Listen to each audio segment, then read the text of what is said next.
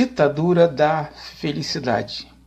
Ditadura da felicidade é o termo mais apropriado para se definir o momento em que atravessa hoje a sociedade, na sua postura, em se exigir das pessoas uma posição de felicidade, alegria, o tempo inteiro, full time, 24 horas, sempre.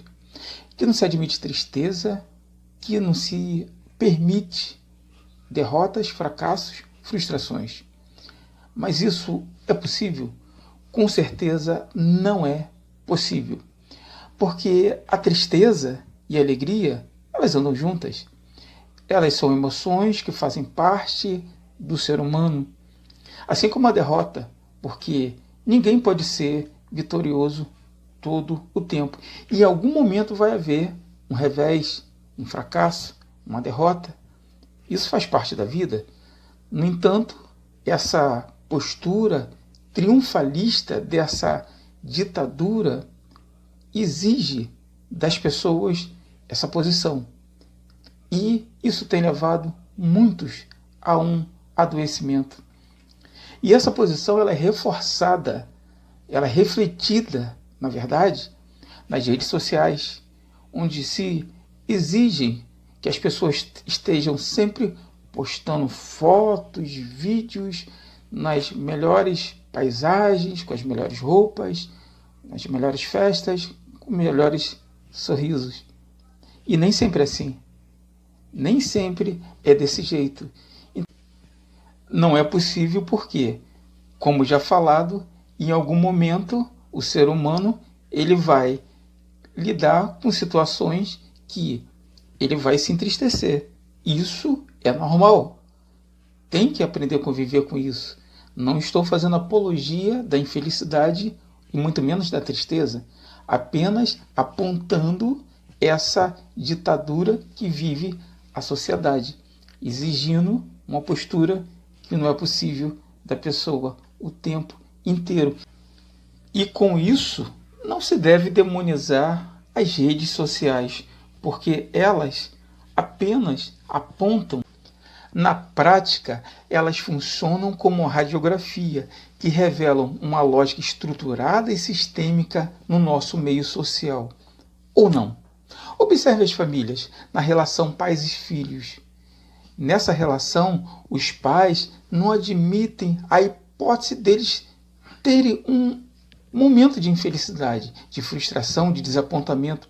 Com isso, não conseguem falar não, gerando com essa permissividade uma crise de autoridade, colocando em xeque essa relação e gerando futuros adultos que terão dificuldade extrema de conviver com essas frustrações. No meio corporativo, pode ver nas empresas, em que se exige do colaborador uma postura de que seja proativo, dinâmico, agregador, sempre com um sorriso estampado.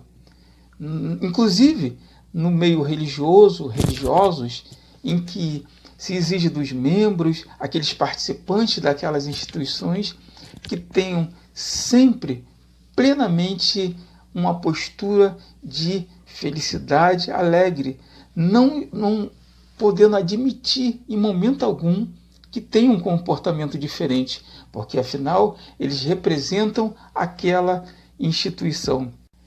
E esse comportamento ele é reforçado e legitimado dentro da própria medicina, porque nunca se prescreveu tantos remédios psicotrópicos. É uma medicalização indiscriminada, prescritos por especialidades que não são a psiquiatria, em que as pessoas procuram esses profissionais e se queixando de que estão deprimidas, mas, no entanto, na maioria das vezes, estão apenas tristes com alguma coisa que ocorreu em suas vidas, como qualquer pessoa. E não conseguindo confrontar as suas decepções e tristezas, buscam nesses remédios uma fuga para isso. Inclusive na questão do luto, em que se tem também prescrito de uma forma absurda remédios psicotrópicos nesse momento tão triste da vida dessas pessoas. Na verdade, o luto, não necessariamente a pessoa está deprimida, ela na verdade está triste.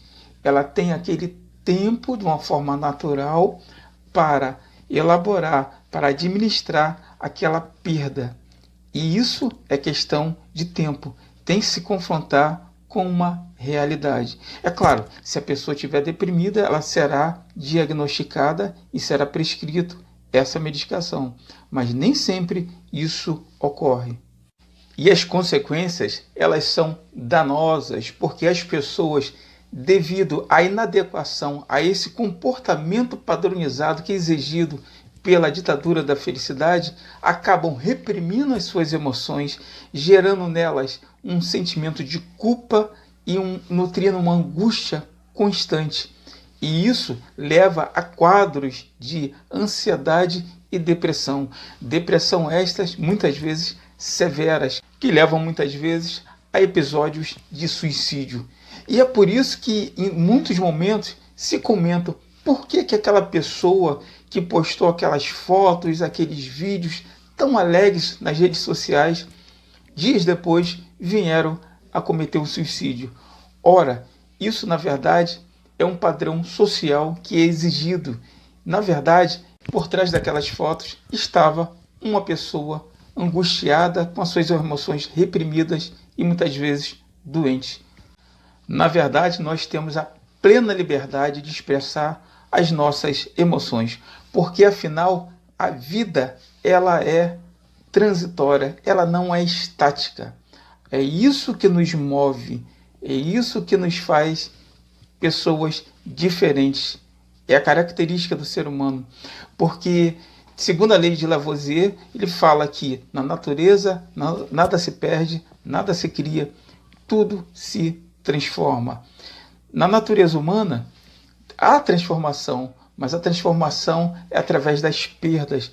É isso que nos impulsiona, é esse desejo, é a dicotomia entre aquilo que eu tenho e aquilo que eu não tenho, mais desejo. É o que eu não tenho e o que eu desejo. Isso nos faz caminhar, se mover. A vida é um movimento, ela é transitória. Imagine se ela fosse estática, parada. Não, ela é dinâmica. Eu costumo falar que é como no jogo do Resta 1. Sabe o jogo do Resta 1? Em que fica sempre faltando uma peça? Imagina se no jogo do Resta 1 o tabuleiro fosse completo. Não haveria movimento, não haveria esse movimento. A vida é assim, tem esse movimento, é no movimento das perdas. Eu vou sempre em busca daquilo que eu não tenho. É isso que nos faz diferente. Alegria e tristeza, elas andam juntas, porque nas perdas eu me entristeço, no ganho eu me alegro, e assim caminha a humanidade. É desse jeito, essa é a nossa vida. Por isso, eu falo sempre, a felicidade ela não é plena, ela é transitória, ela é feita de momentos. Então, se o momento é hoje, seja feliz e não permita que ninguém tire de você essa felicidade.